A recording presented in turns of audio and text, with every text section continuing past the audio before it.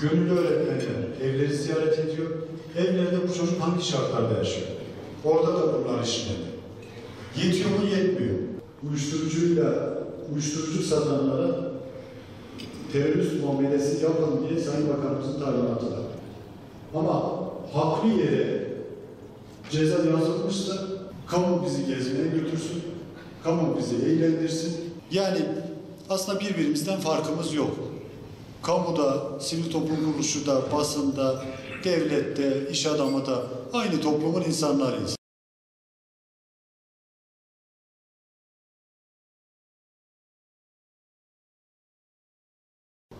Ben katılımınızdan dolayı hepinize teşekkür ediyorum.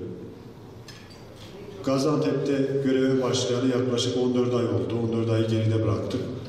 Muhtemelen sizlerin de merak ettiği, sormak istediği konular vardır. Burada arkadaşlarımızla beraber geldik. Sizin sormak istediğiniz konular varsa bir araya gelmişken onlara da dilimiz döndüğünce cevap vermek isteriz. Tekrardan 10 Ocak Çalışan Gazeteciler Gününüz kutlu olsun. En kötü gününüz de böyle olsun. Tabii Gaziantep'e geldiğimizde planlanan bir proje vardı. Proje özetle şu: merkeze bir cami ihtiyacı var. Cami yapılsın. Bu arada da caminin olduğu yer valiliğe denk geliyor, valilikte yıkılsın. Proje belli bir aşamaya geldikten sonradan şöyle bir değişiklik oldu.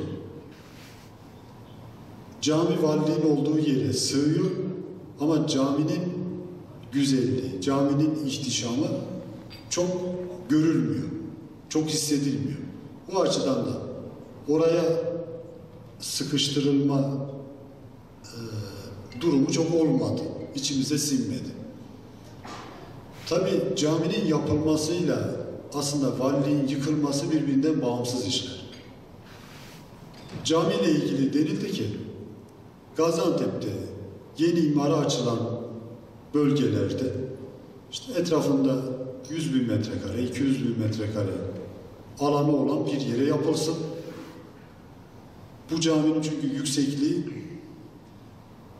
dünyadaki en yüksek camilerden biri, mimarisi özel, hayırsever yapıyor, bir kamu parası bu anlamda harcanmıyor. Camiyle ilgili cami yapılacak ama başka bir bölgeye yapılacak. Onunla ilgili 2-3 alternatif var. O 2-3 alternatiften şehircilik anlamda hangisine sığarsa ona yapacağız. Ama bu ölçekte olmasa da meydanda da bir camiye ihtiyaç var. Dolayısıyla da küçük 2000 kişinin, 2500 kişinin aynı anda namaz kılabileceği, çünkü şehir meydanı yapılıyor, millet bahçesi yapılıyor. Millet bahçesi yaklaşık 50.000 metrekare. O 50.000 metrekarenin 2000-2500 metrekare oturum alanı olan bir cami yapılacak. Özetle küçük bir cami, millet bahçesi, büyük bir cami ve büyük bir caminin de eklentileriyle ikinci bir millet bahçesi olacak. 2 tane cami, 2 tane millet bahçesi. Valilik ne olacak?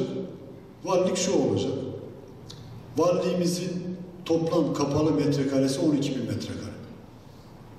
Bu şu anlama geliyor: bugün valiliği yapmak isteseniz yaklaşık 1700 lira çarptığınızda 20 milyon lira valiliğin şeyi var, bedeli var.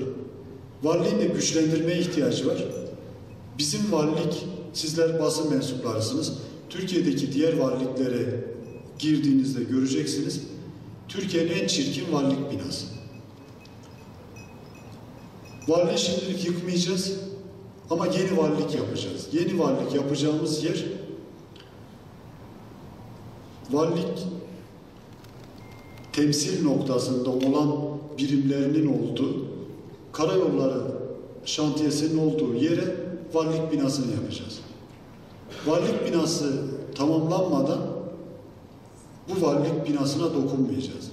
Eğer valilik binası tamamlandığında, Allah izin verirse, büyüklerimiz de takdir ederse, ben burada olursam valilik binasını yıkacağız. Valilik binasını yıkmakla da kalmayacağız. Yeni bir emniyet müdürlüğü yapacağız. Emniyet müdürlüğünün olduğu yeri de yıkacağız. Bu şehirde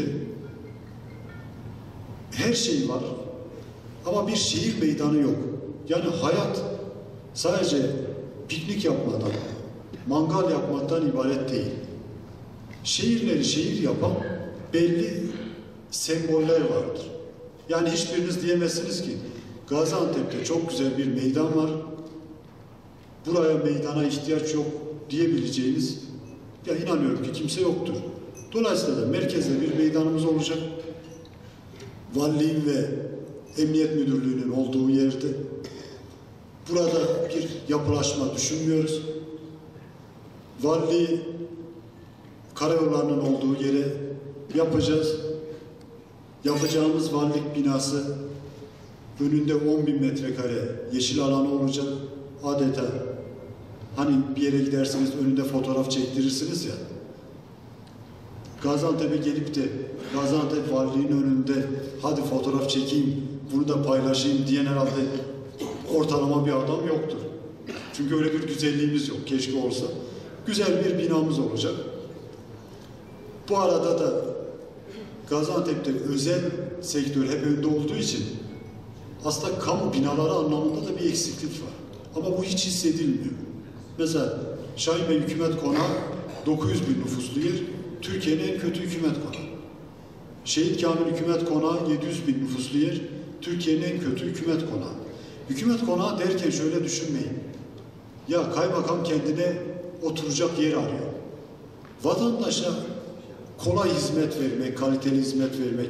Düşünsenize bizim nüfus binalarımız yol üzerinde kiralık. Sosyal yardımlaşma binalarımız yol üzerinde kiralık. Bilmem biri başka yerde, biri başka yerde. Vatandaş gelse, otursa, kaliteli hizmet alsa daha iyi olmaz mı? Yani iki merkez ilçemize hükümet konağı yapılması için bir düşüncemiz var. Valilik binası yapılacak. Emniyet Müdürlüğü binamız yapılacak. Emniyet Müdürlüğü yıkılacak, valilik yıkılacak, meydan olacak. Şehir Millet Bahçesi'nin yanına estetik, düzgün bölgeye hitap edecek bir cami. Bir de dünya ölçeğinde mimarisiyle, güzelliğiyle büyük bir cami olacak. Dolayısıyla da şeyler bu. Planlananlar bu.